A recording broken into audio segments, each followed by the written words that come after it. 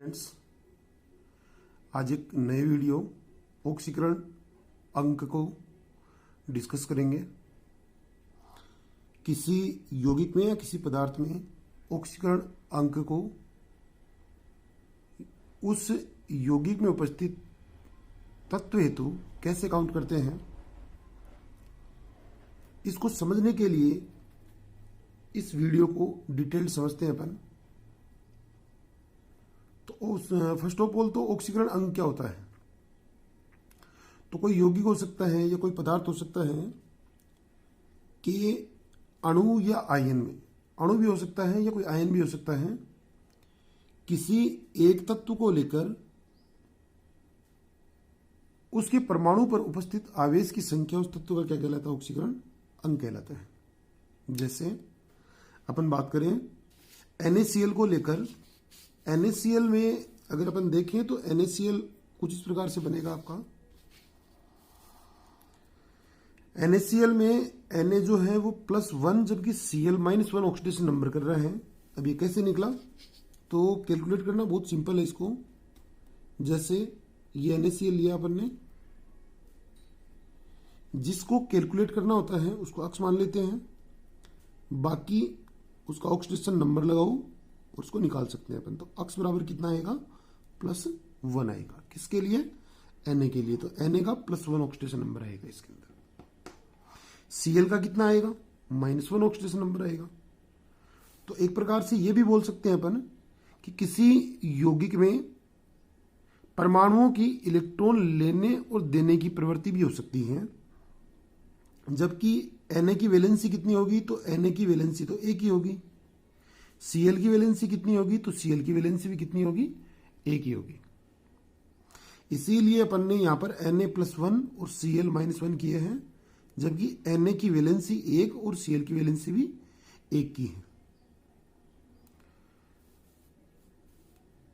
ये oxidation number आपके positive, negative, 0 और फ्रैक्शनल नंबर A/B के फॉर्म में भी हो सकते हैं। तो इसको अपन आसानी से कैलकुलेट भी कर सकते हैं। जैसे कैलकुलेट करने के लिए इसके कुछ छोटे छोटे नियमों को समझेंगे अपन। देखो, 1 नंबर का नियम, फ्री स्टेट में कोई भी मुक्त अवस्था में तत्व का ऑक्सीकरण अंक सदैव क्या होगा, 0 होगा। ये 0 ही रहेगा। जैसे सिंपल यहां पर Na आए तब उसका ऑक्सीडेशन नंबर कितना होगा, 0। Cl आए तब उसका ऑक्सीडेशन नंबर 0 ही होगा। इसके अलावा H2 आए तो उसका ऑक्सीडेशन नंबर भी कितना आएगा, तो 0 ही आएगा। इसके अलावा S8 सल्फर जो है उसके लिए भी अगर बात करें अपन, तो उसके लिए भी ऑक्सीडेशन नंबर कितना आएगा, तो वो भी आपका 0 ही आएगा।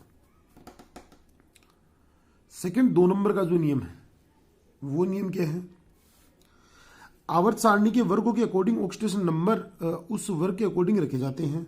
जैसे वर्ग संख्या 1 के लिए +1 होगा, वर्ग संख्या 2 के लिए +2 होगा। वर्ग संख्या 1 क्षार धातु और वर्ग संख्या 2 क्षारीय मृदा धातुओं के लिए क्रमशः ऑक्सीडेशन नंबर आपके स्थायी होते हैं, ये फिक्स होते हैं दोनों के लिए।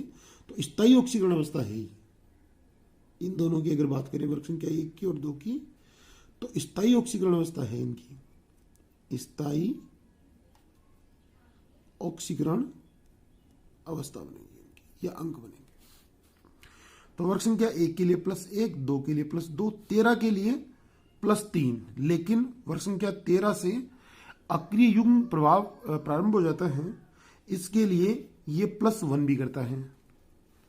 14 के लिए अगर बात करें तो +4 से लेकर और -4 तक जाएगा। 15 के लिए -3 से लेकर +5 तक जाएगा। 16 के लिए -2 से लेकर +6 तक जाएगा। और 17 के लिए -1 से लेकर और +7 तक। और 18 में 0 आएगा। हालांकि अपवाद स्वरूप इसके भी कुछ यौगिकों में ऑक्सीडेशन नंबर परिवर्तित होती है, लेकिन मोस्ट ऑफ देम इसका ऑक्सीडेशन नंबर 0 मानते हैं अपन। अब 13, 14, 15, 16 और 17 ये सभी के सभी वर्ग यहां पर परिवर्तनशील ऑक्सीकरण अवस्था वाले हैं। तो इनके अंदर ऑक्सीकरण अवस्था स्थायी न होके और परिवर्तनशील होगी आपकी। तो यहां एक छोटा सा लगा देते हैं अपन कि कि यहां पर परिवर्तनशील ऑक्सीकरण अवस्था आएगी, परिवर्तनशील ऑक्सीकरण अवस्था।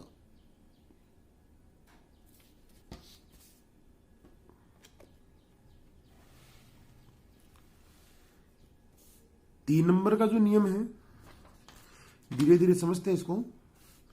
3 नंबर का जो नियम है वो नियम है कि किसी भी आयन का ऑक्सीडेशन नंबर उपस्थित आवेश के बराबर ही होता है।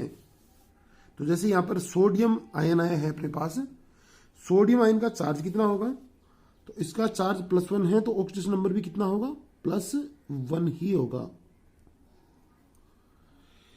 Cl का कितना आया, तो Cl का -1 आया, तो इसका ऑक्सीडेशन नंबर भी कितना आएगा, -1 ही आएगा।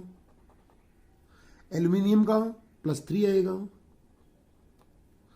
और कार्बोनेट आयन के लिए, तो कार्बोनेट आयन के लिए 2- होता है, तो ये -2 आएगा।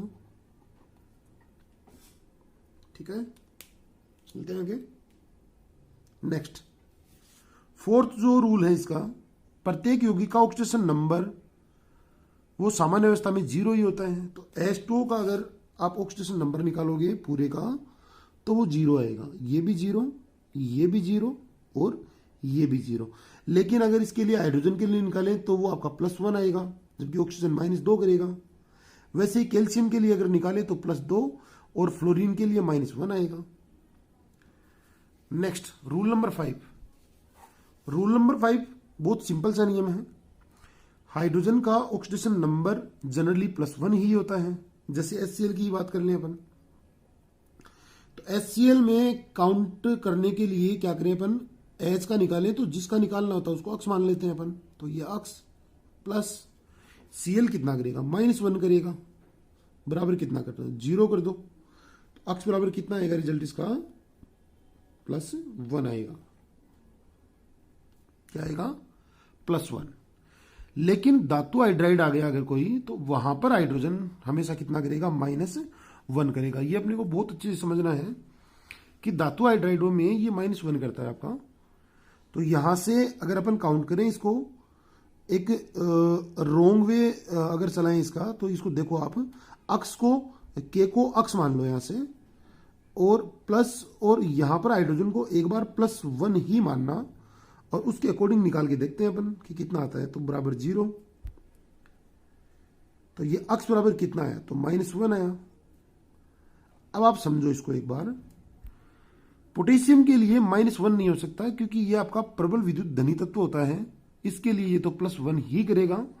उस कंडीशन में यहां पर H को -1 मानना है, तो यहां पर K जो है उसको तो अक्स मानो, और यहां पर क्या करेंगे अपन, -1 करना पड़ेगा H को, बराबर 0। देन ये कितना आएगा इसका, अक्स बराबर +1 आएगा। और अभी ये आंसर आपका करेक्ट है एकदम से। तो ये अक्स बराबर -1 जो है वो आपका रोंग है यहां से, जबकि अक्स +1 ये एकदम से करेक्ट आंसर है। तो धातु हाइड्राइड अगर आए तो वहां पर कितना करेंगे अपन, -1 करेंगे। फिर यहां पर सभी के लिए और भी निकाल सकते हैं अपन, जैसे इसके नीचे और भी है, एक CaH2 है, कैल्शियम का हाइड्राइड अपने पास है, तो इसको भी काउंट कर सकते हैं अपन। कैसे होगा, तो Ca के लिए अक्स मान लो, प्लस यहां पर H को -1 करके और इंटू 2 कर दो, बराबर 0 कर दो। तो अक्स बराबर कितना आएगा, +2। तो ये +2 आएगा, अक्स बराबर +2। और कैल्शियम ग्रुप नंबर सेकंड में आता है, और सेकंड में आएगा तो +2 ही करेगा। नेक्स्ट, इसको भी निकाल सकते हैं। इसको कैसे काउंट करेंगे, तो NH बहुत सिंपल सा है, देखो समझो इसको आप। Na के लिए कितना करो, अक्स मान लो, और +-1 कर दो इसको, बराबर 0। देन दोबारा से कितना आएगा इसका, तो इसका दोबारा से +1 आएगा सोडियम का, सोडियम +1 करेगा फिर। ओके, नेक्स्ट चलते हैं आगे। देखो नेक्स्ट, किसी यौगिक में ऑक्सीजन के लिए जनरली अगर ऑक्सीडेशन नंबर की बात करें तो -2 होता है, किंतु प्रोक्साइड व सुपरऑक्साइड में इनकी रिजल्ट जो होते हैं वो -1 होगा प्रोक्साइड में, और सुपरऑक्साइड में कितना होगा, -½ होगा उसका। कितना होगा, माइनस।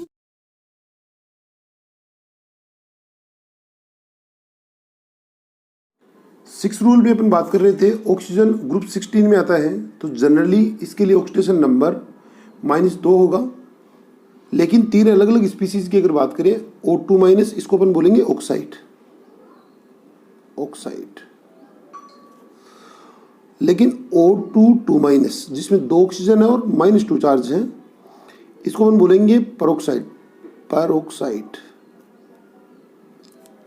और जनरली एक स्पीसीज और है O2-, इसको बोलेंगे सुपर ऑक्साइड। तो ऑक्सीडेशन नंबर कितना कितना होगा, इस पे -2 होगा, नीचे वाले पे अगर इसकी बात करें तो इस पे आपका -1 होगा। यानी 2 ऑक्सीजन थे इसके अंदर, तो प्रत्येक ऑक्सीजन पे -1 होगा आपका। तो ये स्ट्रक्चर वाला जो कंपाउंड था, वो एक स्पीसीज थी। नेक्स्ट सुपर ऑक्साइड में क्या होगा, तो इस पे -12 होगा। जो 2 ऑक्सीजन आ रही थी, इन दोनों ऑक्सीजन पे -12 और -12 होगा, दोनों पे -12।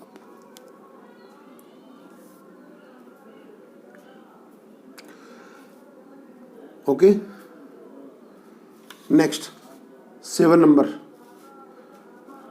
नंबर में हेलोजनों की अगर बात करें तो हेलोजनों की जनरल ऑक्सीडेशन नंबर -1 होती है। लेकिन हेलोजनों में फ्लोरीन वो -1 ऑक्सीडेशन नंबर ही करता है, जबकि अन्य हेलोजन -1 से लेकर और +7 तक ऑक्सीडेशन नंबर करते हैं। अगर बात करें अपन तो यहां से HF की बात करें अपन,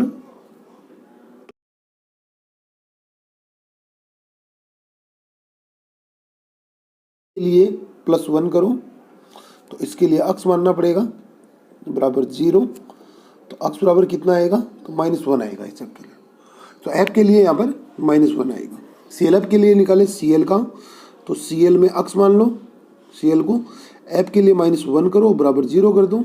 तो अक्स बराबर कितना आया, -1 आएगा। नहीं, अक्स बराबर कितना आएगा, +1 आएगा Cl के लिए। नेक्स्ट KClO3 में अगर Cl की बात करें अपन, तो ये K के लिए +1 करो, Cl के लिए अक्स करो, ऑक्सीजन के लिए -2 × 3 करो, ये कितना आएगा, तो अक्स बराबर आएगा +5 आया। नेक्स्ट IF7 बहुत इजी सही कंपाउंड है। तो I के लिए अगर निकालें तो ये अक्स कर लो इसको, F के लिए -1 × 7 कर दो बराबर 0। तो अक्स बराबर हो जाएगा +7। तो इस प्रकार से अपन ये ऑक्सीडेशन नंबर इनके कैलकुलेट कर सकते हैं। तो एलोजनों में अभी अपन देख रहे हैं फ्लोरीन -1 कर रहे हैं, Cl का +1, आगे वाले कंपाउंड में Cl का +5 और IF7 में I के लिए +7 आ रहा है। किसी तत्व का ऑक्सीडेशन नंबर n से n-8 के मध्य होता है। यहाँ पर जो अपन ने n से n-8 जो लिखा है, वो वैलेंस शेल इलेक्ट्रॉन को लेकर निकाले गए हैं। यानी किसी एलिमेंट के वैलेंस शेल में जितने इलेक्ट्रॉन होते हैं उससे अधिक उसका ऑक्सीडेशन नंबर नहीं हो सकता। तो Cl के वैलेंस शेल में जो इलेक्ट्रॉन होते हैं वो 7 होते हैं। तो ये मैक्सिमम जो ऑक्सीडेशन नंबर करेगा वो करेगा आपका -1 से और +7 तक। नाइट्रोजन की अगर बात करें तो इसका ऑक्सीडेशन नंबर -3 से लेकर और +5 तक जाएगा। ये मैक्सिमम ऑक्सीडेशन नंबर बन सकता है इसका। नेक्स्ट 9 नंबर के रूल में क्या होगा, धातु कार्बोनिलों में धातु का ऑक्सीडेशन नंबर हमेशा ही कितना होगा, 0 होगा। धातु कार्बोनिल क्या होते हैं, तो मेटल और CO के एडिशन से जो कंपाउंड बनते हैं या कार्बोनिल से जो कंपाउंड बनते हैं वो धातु कार्बोनिल होते हैं। जैसे निकल, इसी की बात कर ले अपन, generally metal 0 oxidation number show नहीं करता है, लेकिन धातु कार्बोनिलों में इसका ऑक्सीडेशन नंबर सीधे भी कितना होगा, 0 आएगा इसका। तो यहाँ से निकल की बात करें तो निकल के लिए अक्स मान लें +CO, तो CO 0 × 4 होगा, +0 होगा। तो अक्स बराबर कितना आएगा, 0 को कैलकुलेट करेंगे इसके लिए। ठीक है। नेक्स्ट कोई भी आयनिक स्पीसीज की अगर बात करें अपन, आयनिक स्पीसीज की अगर बात करें जिनके अंदर आपके ये आयन आए जनरली कार्बोनेट, तो ये -2 करता है। इसके अलावा बोरेट, तो ये 3- करता है। सल्फेट -2 करता है। सल्फाइट -2 करता है। तो इन पे जितना चार्ज आएगा उसके अकॉर्डिंग ही इनके ऑक्सीडेशन नंबर बन जाएंगे फिर। तो जनरली इनके ऑक्सीडेशन नंबर की बात करें तो यहाँ से -2, ये -3, ये -2, ये भी कितना -2। लेकिन अमोनिया की बात करें अगर, तो अमोनिया के लिए ऑक्सीडेशन नंबर कितना होगा? 0 होगा। CO की बात करें तो इसके लिए भी 0 होगा। CH4 के लिए अगर बात करें तो इसके लिए भी कितना होगा? 0 होगा। तो इस प्रकार से इजीली अपन क्या कर सकते हैं? ऑक्सीडेशन नंबर को कैलकुलेट कर सकते हैं। तो ये नियम यूज करके आसानी से ये ऑक्सीडेशन नंबर निकाले जा सकते हैं। नेक्स्ट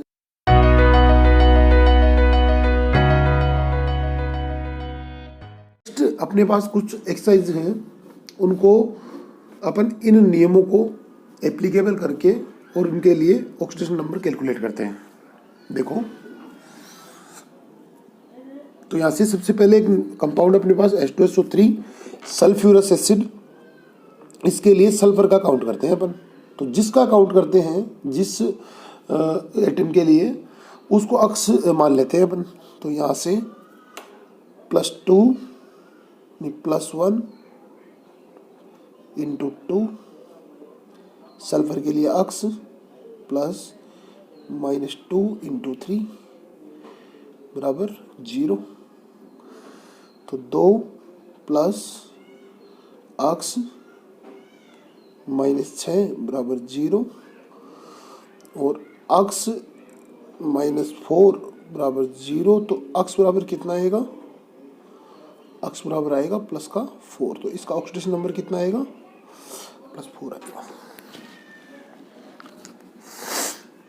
नेक्स्ट HCl की बात कर लें अपन, हाइड्रोक्लोरिक एसिड की। हाइड्रोक्लोरिक एसिड में अपन जो कैलकुलेट कर रहे हैं वो Cl के लिए कैलकुलेट कर रहे हैं। तो इसका कैसे निकलेगा? तो जिसका कैलकुलेट करना है उसको अक्स मानो। तो H +1 करेगा प्लस अक्स बराबर 0 करो। तो अक्स बराबर कितना आया? -1 आया। तो Cl के लिए ऑक्सीडेशन नंबर कितना काउंट करेंगे अपन? -1। पोटेशियम परमैंगनेट, पोटेशियम परमैंगनेट में Mn का काउंट करते हैं अपन। तो K ग्रुप फर्स्ट में आता है तो +1 करेगा ये, प्लस अक्स -2 × 4 बराबर 0 करो। तो अक्स -7 बराबर 0, अक्स बराबर कितना आएगा? +7 आएगा। नेक्स्ट PtCl6 2- वाले कंपाउंड की बात करें तो इसके लिए अगर अपन काउंट करें तो ये कैसे होगा? देखो, नेक्स्ट Pt के लिए अक्स मान लो +-1 × 6। अभी ये शुरू के जो 3 कंपाउंड निकाले थे इन पे कोई चार्ज नहीं आ रहा था, लेकिन यहाँ पर एक आयनिक स्पीसीज है तो यहाँ पर -2 चार्ज आ रहा है। तो अब इसके लिए क्या करना पड़ेगा? अक्स -6 बराबर -2, अक्स बराबर कितना हो जाएगा? -2 + 6 और अक्स बराबर कितना होगा? +4 आएगा इसके लिए, +4। तो Pt +4 करेगा अब यहाँ से H2O2। Eg2 कॉम्प्लेक्स की तरफ चल रहे हैं अपन धीरे धीरे कंपाउंड्स को लेकर, और सभी रूल फॉलोअप करेंगे इसमें। देखो next H2O2 hydrogen peroxide. Hydrogen peroxide की अगर बात करें तो इसके लिए जनरली कैसे काउंट करेंगे? तो इसके लिए यहाँ से हाइड्रोजन के लिए काउंट करते हैं अपन, और यहाँ से अक्स × 2 कर लो प्लस, अभी प्रोक्साइड है, मैंने अभी बताया था पीछे आपको कि प्रोक्साइड जो होता है वो O2 2- होता है। उस कंडीशन में ऑक्सीजन के लिए कितना यूज करेंगे अपन? -1 यूज करेंगे। तो यहां से -1 इंटू 2, अगर आपने -2 इंटू 2 कर दिया तो ये गलत हो जाएगा यहां से, दैट्स कॉल्ड रॉन्ग। तो यहां से -1 करो, ये हो जाएगा 2x और ये बराबर 0 करना, 2x - 2 बराबर 0। तो 2x बराबर कितना हो जाएगा ये हो जाएगा प्लस का 2, x बराबर कितना आएगा 2/2 बराबर प्लस का 1 आएगा। तो इसको यहाँ से कर दें, x बराबर +1। तो ये हाइड्रोजन के लिए कितना निकलेगा +1 निकलेगा। तो प्रोक्साइड्स के लिए अगर अपन बात करें तो उसके लिए ऑक्सीजन -1 करना है अपने को। लास्ट 6 नंबर जो कंपाउंड है वो एक आयरन का कार्बोनिल है, और कार्बोनिल के लिए अगर बात करें अपन तो 0 करता है कार्बोनिल। तो यहाँ से फेरम के लिए x कर लो, और कार्बोनिल के लिए 0 × 5 बराबर 0 करो, x बराबर कितना आएगा 0 आएगा।